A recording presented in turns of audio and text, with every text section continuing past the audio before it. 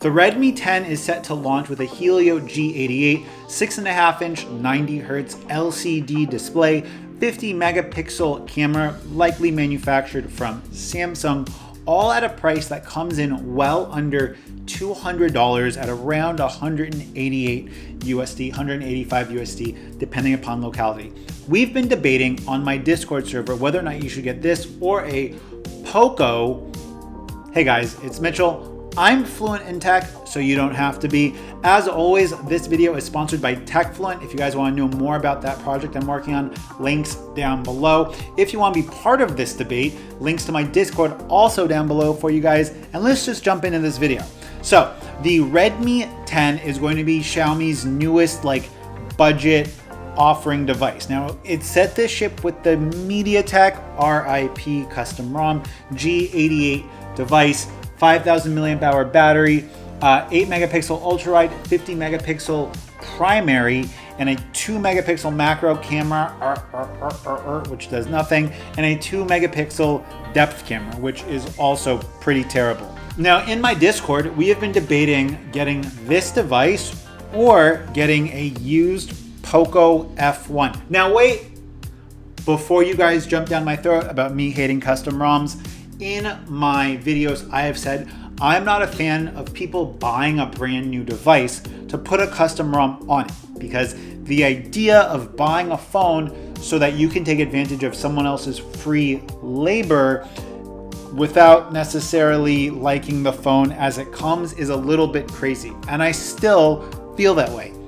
I've also said in videos that I love the idea of custom ROMs to extend device usage beyond their supported lifespan, I guess you would say. And I did a whole video about using .os on my Mi Pad 5 and resurrecting it from the dead. My Mi Pad 4 zombie video, link up here for you guys. But this is a little bit different. We were talking about, I've got 150, 175 bucks. What phone should I buy? What's the best bang for your buck? And we were debating this pretty hardcore. And I think that for the nerds out there, nerd alert, the tech degenerates, the people like myself, where words like unlocked bootloader are not vulgar words, looking at something like a Poco F1 is actually a really valid comparison. Now, on paper, the Poco F1 is kind of the clear choice. Let me explain. First off, Poco F1 is one of the most repairable Android devices of all times. Jerry-rig everything, took it apart, said it was extremely repairable. Battery replacements could actually more or less likely be done by the average user. Because the device was manufactured for the global market, spare parts for it are a dime a dozen. Now, you have to be okay with a very mediocre 60 Hz LCD display. You have to be okay with 18 watt quick charge 3.0, but in return for that, you get a Snapdragon 845, which is going to benchmark higher than this Helio G88.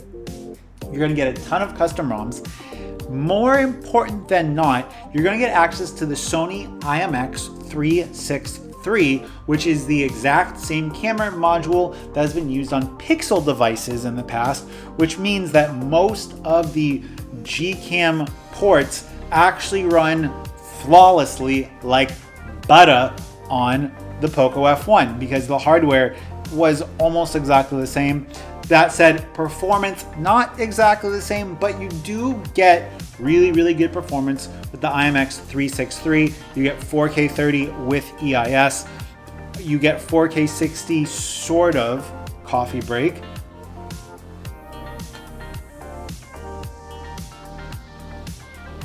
Vietnamese coffee or cocaine, take your choice. And on top of that, you get a device that's got a humongous custom ROM support. You would probably be able to find MIUI 13 ports for the Poco F1 when MIUI 13 drops, if you want MIUI 13 and you want all of the built-in functionality. It's going to have the infrared camera for the all-time amazing, great infrared face unlock. It's going to have an excellent fingerprint scanner on the back. And if we look up replacement batteries, 100% authentic batteries with the tools needed to replace the battery for the Poco F1 are under $10 with free shipping. You can get a replacement back plastic for the Poco F1 if you damage it, and you can get a Poco F1 screen right here on AliExpress for like 26, 27 bucks again, with tools, and like you can basically do most of these repairs on your own. Now, I want to know what you guys think. Do you think that getting a Poco F1 is a great choice with access to stuff like original screens and digitizers, with access to things like original quality batteries, with all of the ROM support, with all of the custom Gcam support? Because for me, if my budget was 150, 160 bucks here in Vietnam, you can get a Poco F1 for super cheap. We're talking right around $100, and in my opinion, that makes this phone kind of a no-brainer.